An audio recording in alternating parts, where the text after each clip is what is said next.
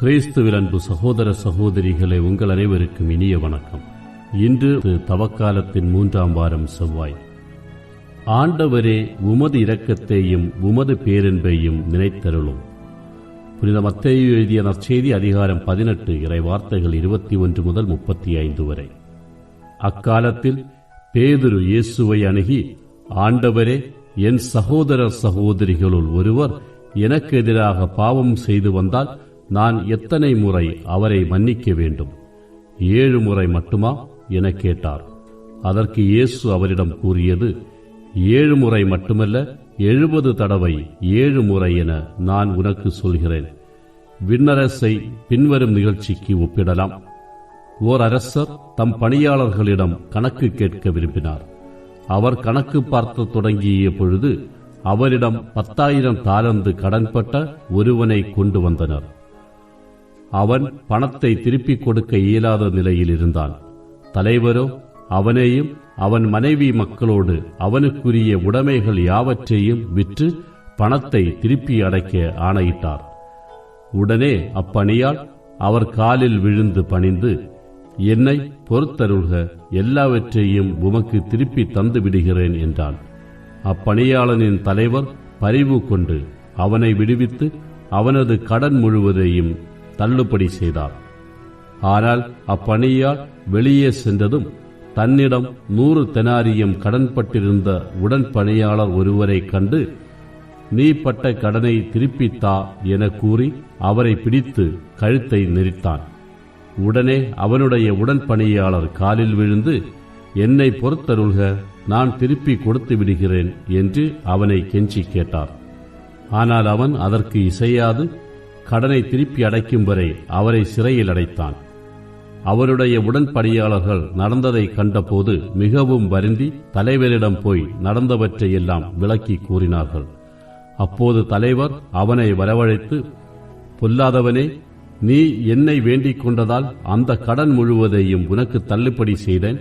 நான் உனக்கு இரக்கம் காட்டியது போல நீயும் உன் உடன் பணியாளருக்கு இரக்கம் காட்டியிருக்க வேண்டும் அல்லவா என்று கேட்டார்.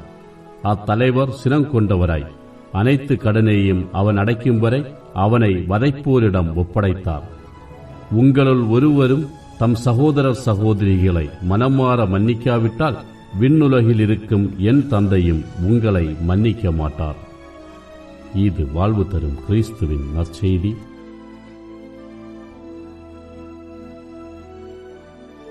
கடவுள் வழங்குகின்ற மன்னிப்பை நாம் பிறரோடு பகிர்ந்திட அழைக்கப்படுகிறோம்.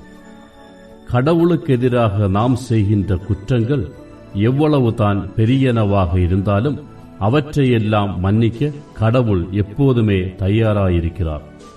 ஆனால் நமக்கு எதிராக யாராவது குற்றம் செய்தால் நாம் மன்னிக்க மறுக்கிறோம். உண்மையிலேயே மன்னிப்பு என்னும் கொடையை நாம் கடவுளிடமிருந்து நன்றியோடு ஏற்றுக்கொண்டால் அக்கொடையை பிறரோடு பகிர்ந்து கொள்வது நமக்கு மகிழ்ச்சி தரும் ஒரு நிகழ்வாக அமையும். அதற்கு மாறாக நாமே கடவுள் நமக்கு அளிக்கின்ற மன்னிப்பை பற்றி சிறிதேனும் கவலைப்படாமல் அம்மன்னிப்பின் மதிப்பை உணராமல் செயல்படும் போது பிறருடைய குற்றங்களை மன்னிக்கின்ற மனப்பான்மை நம்மில் தோன்றாது. எனவே மன்னிப்பு பெற்ற நாம் மன்னிப்பை மகிழ்வுடன் வழங்கிட முன்வருவோம். இத்தவக்காலத்தில் இறைவனின் பேரன்பை சிந்திக்க இந்த உவமை நமக்கு வாய்ப்பளிக்கிறது. நமது பாவங்கள் அனைத்தையும் எந்த நிபந்தனையுமின்றி இறைவன் மன்னிக்க முன்வரும் போது பிறரின் குறைகளை, குற்றங்களை நாம் ஏன் மனதில் வைத்திருக்க வேண்டும்? நாம் முழுமையை நோக்கி, புனிதத்தை நோக்கி முன்னேற மன்னிக்க வேண்டும். முடக்குவாதம் பிடித்திருந்தவரை மன்னித்த இயேசு, விபச்சாரத்தில் பிடிப்பட்ட பெண்ணை மன்னித்த இயேசு, தன்னை சிலுவையில் அறைந்தவர்களை மன்னித்த இயேசு, நாமும் அவரது மனநிலையை பெற்று வாழ படிப்பினைகளை தருகிறார். நாம் மன்னிக்க மறுத்துவிட்டால் மன்னிப்பு பெறும் தகுதியை இழந்து விடுவோம். மன்னிப்போம், மன்னிப்பு பெறுவோம். ஆமென். இந்த நாள் இனிய நாளாய் அமைய நல் வாழ்த்துக்கள்.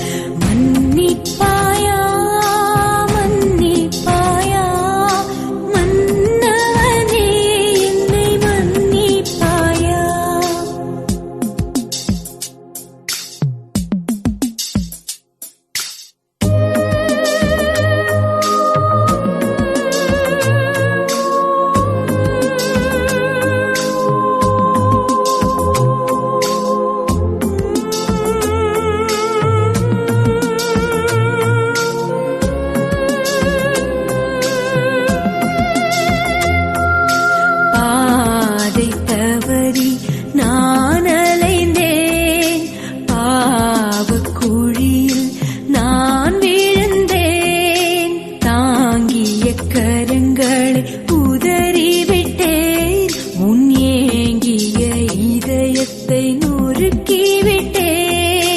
மன்னிப்பாயா மன்னிப்பாயா மன்னவனே என்னை மன்னிப்பாயா.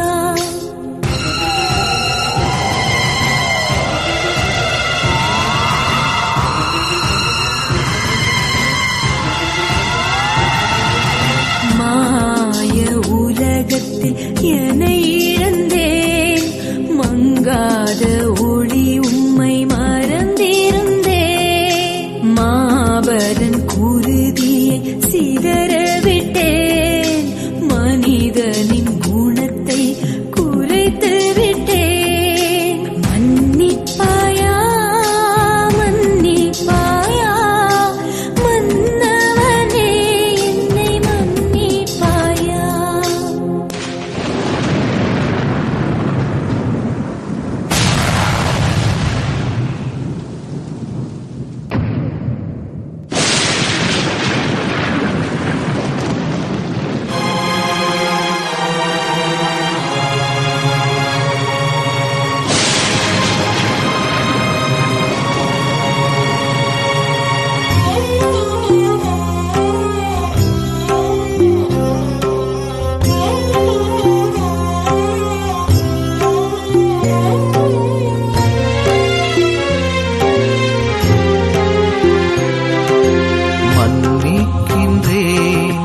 மன்னிக்கின்றேன் என் மகனே, எப்போதும் மன்னிக்கின்றேன். மன்னிக்கின்றேன் மன்னிக்கின்றேன் என் மகளே, எப்போதும் மன்னிக்கின்றேன்.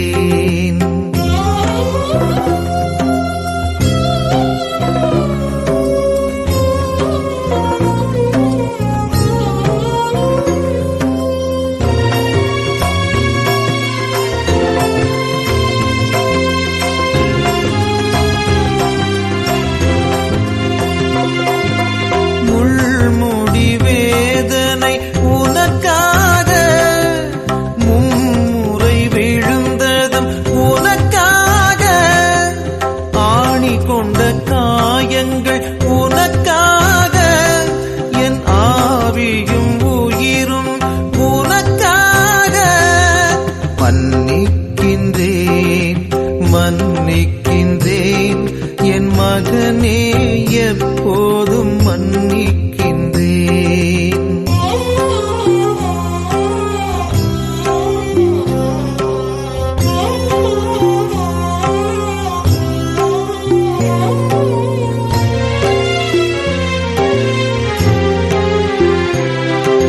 சிலுவை பாடுகள் உனக்காக, சிந்திய திரு ரத்தம் உனக்காக, கல்வாரி பலியும் உனக்காக, காலமெல்லாம் நான் உனக்காக. மன்னிக்கின்றேன் மன்னிக்கின்றேன் என் மகனே, எப்போதும் மன்னிக்கின்றேன். மன்னிக்கின்றேன் மன்னிக்கின்றேன் என் மகளே,